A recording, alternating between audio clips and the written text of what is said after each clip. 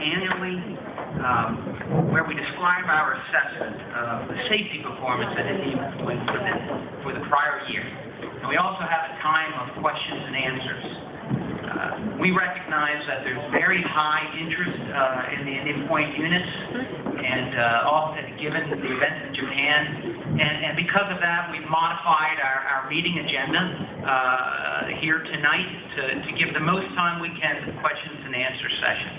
To that end, we will provide our assessment of Indian Point safety performance in 2010, calendar year 2010. We will briefly describe the events in Japan, what we know, what our interim safety assessments are regarding the plants in the United States, and then move into what we are doing going forward in our actions. After that, we'll take a quick break and go to questions. One safety thought: we do have great attendance here tonight. I wanted to point out the safety message at the exits. We do have a fire alarm in the back. Hopefully you've availed yourself to those. With that, are there any elected officials, federal, state, or local, or their staffs that would like to make would like to introduce themselves at this time? Can we start with federal? We'll do it in orderly fashion. Carl? Hi, I'm Carl Farrar, the meeting facilitator. We do have state and local officials here who we would like just to introduce themselves. When we have questions and answers, the question and answer period, those people will actually get an opportunity to ask questions before members of the public. But if you would like to introduce yourself now, you may. Thank you. Susan Spear with U.S. Senator Kirsten Gillibrand's office. I have Jessica Stein representing Congress Anita Lowy, who serves the 18th District. I'm Joe O'Brien. I'm from Congressman Elliot Engel's office. Where's Nan Hayward? Mary Jo Green, Count of Rose. I'm going to have to ask people not to yell out. And I'll tell you why I'm going to have to ask them. We have a limited amount of time. A lot of people want to ask questions. If you yell out, you're just going to slow the process down. So if you could please hold your comment until you get the opportunity to ask your question, we appreciate it. I'm sorry, there's another member over here. Yes. I'm Connie Coker, Rockland County Legislator, Chairwoman of the Environmental Committee.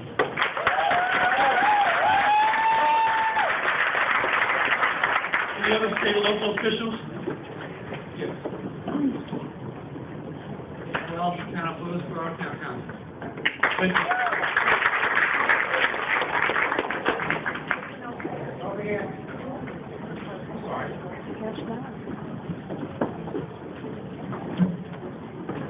Richard Funson, trustee, Village of Buchanan. Are there any others? We'll move to a portion of the meeting to focus on the events in Japan. Our sympathy and support does go out to the people of Japan as they continue to recover from the impacts of both the earthquake and the tsunami that occurred there. Our focus, the NRC's focus, remains on our responsibility to ensure the public health and safety in the United States. Consistent with that, we've been monitoring closely what's occurring in Japan. People just to be respectful and allow us to go through the presentation.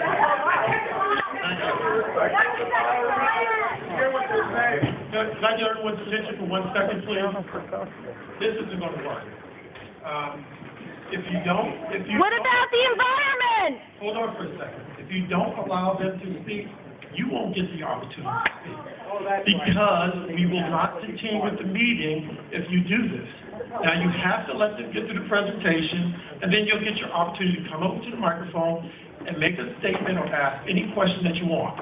So please be respectful of them, and they'll be respectful of you when you have your opportunity. There's a lot of your your friends here also want to have an opportunity, and you're yelling out, you with the glasses over there, I'm helping, you're not helping. Don't intimidate people, Carl. Don't intimidate people and call them out like that. Well, That's not right. well, they're being disrespectful.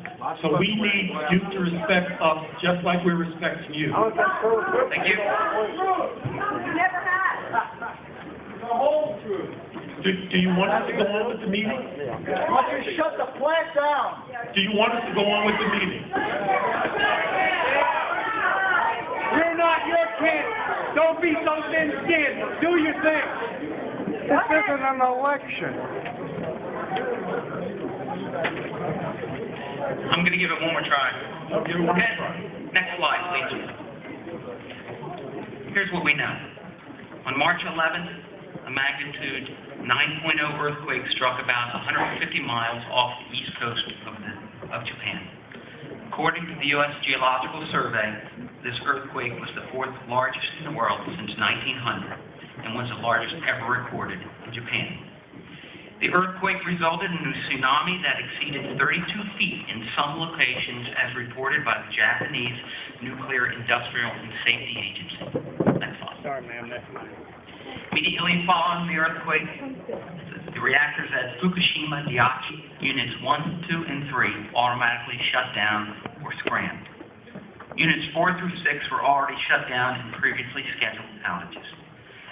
The earthquake also off-site power to the plants, resulting in the plants having to use emergency diesel generators to supply electrical equipment needed to cool the reactor. Damage Shut before down. the tsunami. About an hour after the earthquake, the tsunami hit and water inundated the subterranean emergency diesel generator rooms, rendering these diesels non-functional. Elevated radiation levels before the I'm going to tsunami. give this 30 more seconds. They don't listen anyway. This resulted in what is described as an extended station blackout. Units 1 and 3 subsequently experienced explosions of a hydrogen and air mixture. The hydrogen was likely produced because the water interaction with fuel cladding was at very high temperatures. As a result, there were releases of radiological material likely resulting from the effects of these explosions. Next slide, please. We've been following closely the available information from the events in Japan, and we have these overall conclusions and next steps. First of all, the NRC expects the U.S. to avoid any harmful levels of radioactivity. Reports of radiation being detected by the United States, that's the EPA, and other federal agencies, are all far below those levels that would present a health risk. Number two, the NRC is performing a methodical and systematic review of the information as it becomes available from the country of Japan. Third, we have looked closely at what the impacts are at the United States and made the conclusion that U.S. plants remain safe. That conclusion is based on, overall, on four issues listed here, and they give us a basis for our conclusions.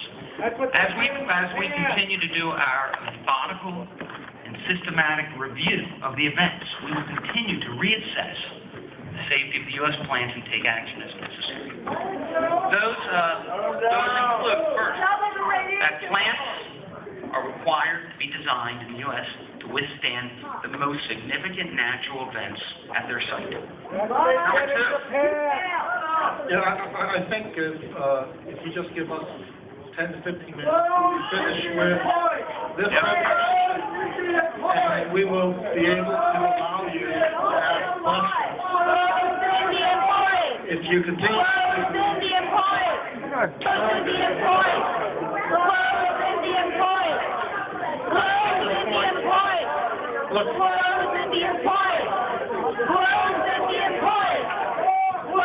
I think at this point, we're going to take a 5-minute break. See if we can honor the respect to have this meeting continue, and if not, we'll make a decision at that point.